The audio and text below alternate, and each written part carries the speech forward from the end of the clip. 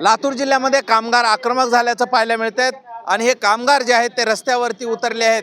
अनेक कामगार जे आहेत ते सरकारनं ज्या जाचकाठी घातलेल्या आहेत, जे कायदे केलेले आहेत ते रद्द करावे अशा मागणीसाठी आपण पाहू शकता या ठिकाणी जे आहे ते मोठ्या संख्येनं पोस्टर घेऊन जे आहेत हे कामगार उतरल्याचं पाहायला मिळतंय। कामगार मोठ्या संख्येनं लातूर जिल्ह्यामध्ये रस्त्यावर उतरलेले आहेत।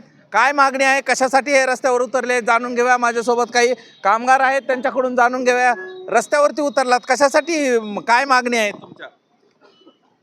खरं म्हणजे या देशामध्ये या मोदी सरकारनं गेल्या 2 वर्षापूर्वी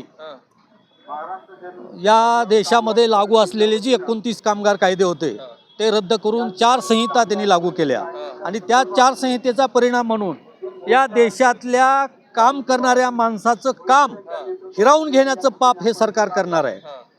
आपल्याला माहिती आहे की या देशामध्ये अनेक लढे करून आपण 8 तासाचा दिवस केला, कामाचा 8 तासाचा दिवस केला असताना या सरकारनं तोच दिवस 12 तासाचा केला। म्हणजे जास्तीत जास्त काम करून कमीत कमी रोजगार देऊन या देशातल्या कामगाराला नष्ट करण्याचं पाप ही सरकार करणार आहे आणि त्याच्या विरोधात संपूर्ण देशभर कामगार संघटना आज रस्त्यावर उतरलेल्या आहेत। याच कामगार संघटनांना सहकार्य म्हणून, साथ म्हणून या देशातल्या सर्व शेतकरी संघटना सुद्धा उतरलेल्या आहेत। कशा पद्धतीनं किती लोक उतरलेत रस्त्यावर आणि काय कामगारांच्या विरोधात कायदे झाले थोडक्यात सांगा। हा संप देशभर आहे, सर्व राज्यामध्ये आहे। असंघटित आणि संघटित क्षेत्रातले शेतकरी कामगार सर्वच या संपामध्ये आहेत। जवळजवळ 50 कोटी लोक या संपामध्ये आहेत। लातूर जिल्ह्यामध्येही याचा परिणाम चांगला जाणवलेला आहे। बँकेच्या क्षेत्रात असो, शैक्षणिक क्षेत्रात असो, शेतकरी असो, असंघटित क्षेत्रातले लोक असो, आमचे शालेय पोषणचे आहार कामगार, हे सर्व काही काय कायदे केलेत, काय किती रद्द केलेत सांगा।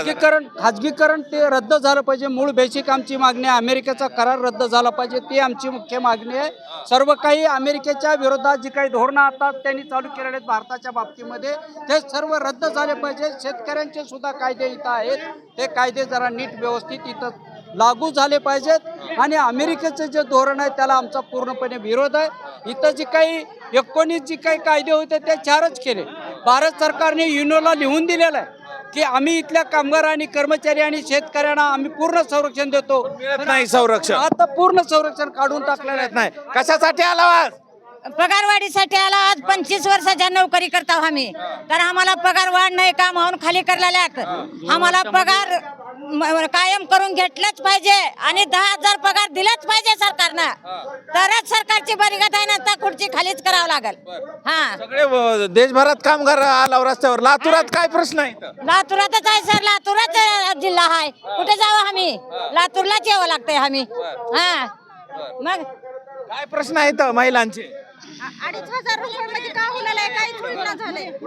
4 वाजल्यापर्यंत काम लागाले। बोला बोला। सकाळी 10 पर्यंत कामाला बोलवतात, 3 वाजे 4 वाजेपर्यंत काम होते आमचं। आम्हाला 2,500 पेमेंट कसं पगार परवडते का आम्हाला? 2,500वर काम? 20 वर्ष झालं मला मी काम करते।